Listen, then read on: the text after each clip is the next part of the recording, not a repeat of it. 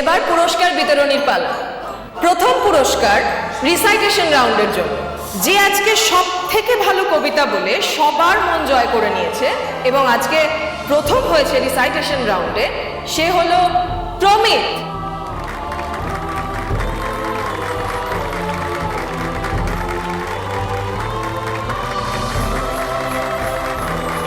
এবার নেক্সট পুরস্কার best performer of the year, Rimjhim Sengupta.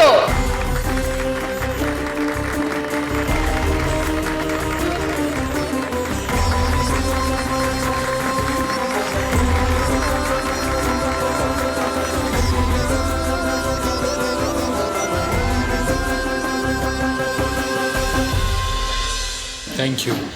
এটা তাহলে আমরা জিতলাম। হ্যাঁ, এটা জিতলাম বটে, তবে আসল লড়াই এখনো বাকি আছে।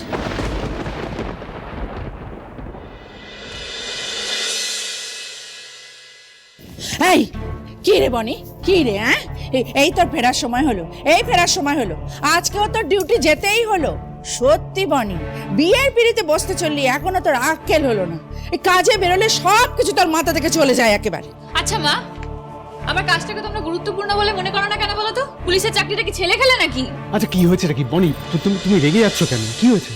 এই দেখো জামাই বাবা, এই দেখো, এই মেয়ে নিয়ে না আমি মোটে আর পাচ্ছি না। তোমরা যদি পারো একটু বুঝিয়ে বলো তো। হ্যাঁ, কাল বিয়ে, আজ গেছে ডিউটি করতে। হ্যাঁ, ডিউটি করতে যাবো, কারণ ওটা ইম্পর্টেন্ট। ওই দেখ, আমি বিয়ে করছি বলে তো চোর ডাকাতরা বাড়িতে বসে থাকবে না। এই দেখ, এই বনি বনি বনি বনি, বোন আমার, কেন এরম মাথা গরম করছিস কেন? কি হয়েছে? তোরা তো অস্থির হয়ে আছিস কেন? আরে বল না, কি হয়েছে? আমি এই বিয়েটা করতে চাই না মেজদি। এই সব আয়োজন আমি এক্ষুনি বন্ধ করব। আরে বনি, বনি যদি বিয়েটা না করে তাহলে তো পুরো প্ল্যানটা আমাদের ভেস্তে যাবে। আপনি কিছু করুন। আরে সেটা তো করতে যাচ্ছিলাম, সরুন। কই বলে আমার বৌমা কই গো?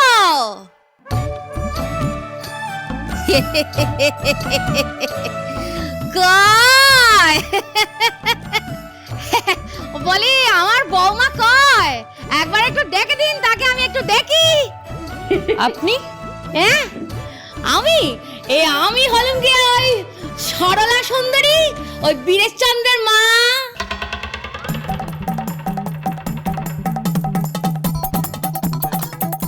ম্যাডাম গাড়িতে মোবাইলটা ফেলেছিলেন তাই। মা মা মা, তো তুমি এখানে কি গো? তুমি বাবা থাক, সুখী হও, ভালো করে সংসার কর বাবা। ভালো আছিস তো? ঠিক আছে। কত মাস পরে তোকে দেখলাম বাবা। সব ঠিক আছে তো মা গো, তুমি এখানে কেন, কি করে, মানে এই বাড়িটা চিনলে কি করে তুমি? বলে কেন কি করে? আমি হলাম গিয়া পুলিশের মা, এটা বাড়ি চেনা আমার পক্ষে এত শক্ত ব্যাপার। হ্যাঁ, বলে আমি কিন্তু তোকে ফোন করেছিলাম, তোকে আমি ফোনে পাইনি, তখন আমি থানায় ফোন করলুম, থানা থেকে আমাকে তোর এই শ্বশুর ঘরের ঠিকানাটা দিয়ে দিল, আমি একবারে সোজা এখানে চলে এলু। খুব ভালো করেছেন দিদি, এখানে এসে আপনি খুব ভালো করেছেন। নমস্কার, আমি হলাম গিয়ে বনির কনের মা। প্রণাম।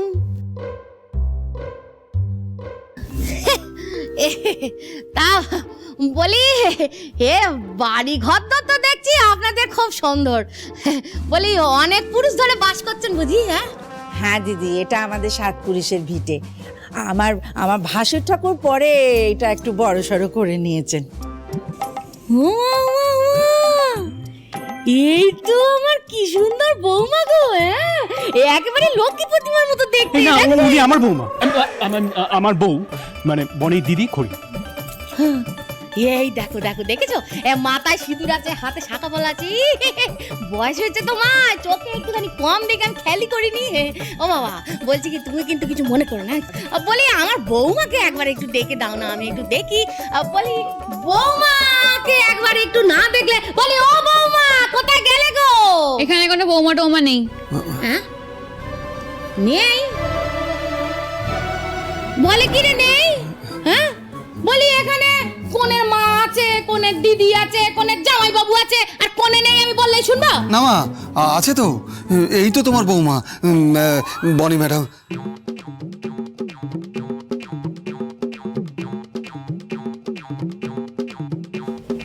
ম্যাডাম, দেখি। হ্যাঁ, হ্যাঁ রে ও খোকা, আর বলি এটা কোনে তাকে দেখে মনে হয় না কোনে কোনে একটা ভাব থাকবে না? ই পোশাক আছে বল দেখি। হ্যাঁ ও মা, কি বলতো মানে বনি ম্যাডাম হচ্ছেন একজন অফিসার, মানে আমার সিনিয়র, মানে আমার বস, তাই তো ওনাকে ম্যাডাম বলি। আর আমাদের এই পেশাতে না মা এইরকম পোশাক পরতে হয়। তুমি একটু বোঝার চেষ্টা করো মা। হ্যাঁ, তা বলে বউকে বউ বলে মনে হবে না? এটা কোনে কোনে দেখতে লাগবে না? হ্যাঁ বলছি ছাড়ো না এসব কিছু, ছেড়ে দাও না।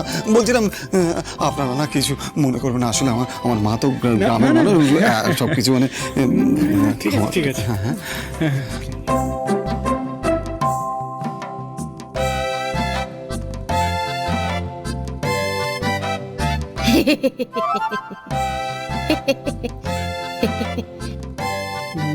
এত বড় অফিসার, তার মানে ভালোই টাকা কড়ি আছে পীরের শ্বশুর বাড়ি।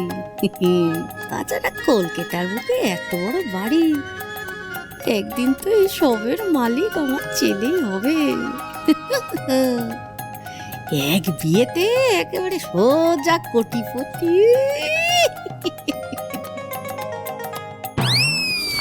এসব কি হচ্ছে বীর?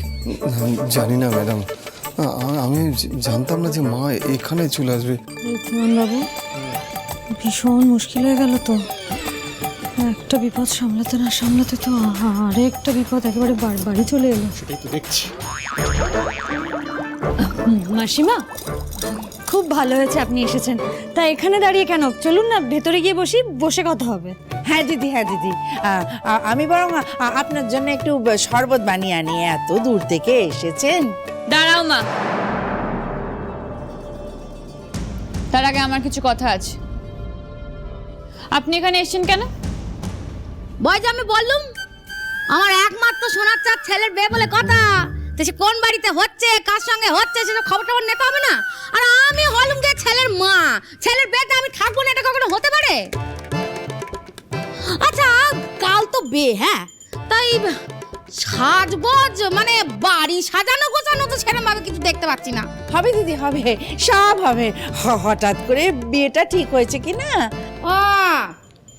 আমার বাপুই একমাত্র ছেলে, কিন্তু তার বিয়ে আমি ওর যেমন তেমন করে কিন্তু দিতে পারবো না। বাবা, আর কতদিনে সাজ, কত স্বপ্ন ছেলে গো মা। আমি ভাবতুম ওই গোটা গেরামকে 1 মাস ধরে একবারে সাজিয়ে গুছিয়ে খাবো। কপাল, সব কপাল। আমার ছেলে পছন্দ করলে শহুরে মেয়েকে, তো কি আর করবো বলেন? তো আজকালকার দিনে ছেলে মেয়ে বলে কথা, তাদের তো আর কিছু বলা যাবে না। ওই মানিয়ে নিতে হবে, কোনো রকমে কাজ চালিয়ে নিতে হবে। আর কি কাজ চালিয়ে নিতে হবে মানে? কি বলতে চাইছেন আপনি? ম্যাডাম একটু শুনুন না, মানে সরি বলছি ম্যাডাম। আসলে আমার মা না ওই না কথাটা শুনলে না খুব অসুস্থ হয়ে পড়েন, তাই যাই বলবেন না কথাটা বলবেন না প্লিজ। না কথাটা শুনলে অসুস্থ হয়ে যায় মানে? আসলে আমার বাবা যখন মারা যান তখন আমি খুব ছোট, জানেন। ওই মাই আমাকে কোলে পিঠে করে মানুষের মতন মানুষ তৈরি করেছে। মাটা আমার বড় অভাগিনী, জান। তখন থেকে দেখতাম না মা আমার না কথাটা শুনলে না কষ্ট হয়ে পড়তো। তাই আপনার কাছে আমি রিকোয়েস্ট করছি, মাকে যাই বলবেন ওই না কথাটা বলবেন না। আমি আপনাকে কথা দিচ্ছি, মাকে আমি আমার কোয়ার্টারে নিয়ে গিয়ে খুব ভালো করে বুঝিয়ে সব ঠিক করে নেবো। তাই এখন যা বলবে মা আপনি সব কিছুতে শুধু হ্যাঁ হ্যাঁ বলে যাবেন। Please madam, please. বনি, বলছি শোন না, এখন একটু মাথাটা ঠান্ডা রাখ, ঠিক আছে? ওরে দেখা যাবে। মা, ও মা, বলছি চলো না, তুমি আমার কোয়ার্টারে চলো তো, ওখানে গিয়ে কথা হবে। কি হলো? আমি এখানে থাকবো, যতক্ষণ না তোর বিয়ে হবে ততক্ষণ আমি এখানেই থাকবো। মানে বলি, তোর এত বড় শ্বশুর ঘর থাকতে আমি তোর কোয়ার্টারে গিয়ে থাকতে যাবো কেন রে? হ্যাঁ,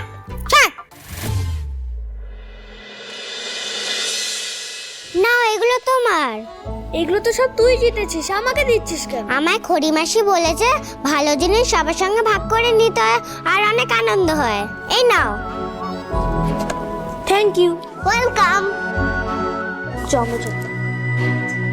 আমি কালকে থেকে অফিস যাব। আমি দেখেছি ফাইলসগুলো, তুমি মিটিংসগুলো লাইন আপ করো, বাকিটা আমি কালকে ডিসকাস করছি। হ্যাঁ, ওকে। কিছু কথা বলার ছিল তোমায়। আমি জানি আজ তুমি যা করেছো শুধুমাত্র রিমঝিমের জন্য করেছো, আমাদের মেয়ের জন্য তুমি যে নিজেকে পাল্টানোর চেষ্টা করছো সেটা দেখে আমার খুব ভালো লেগেছে।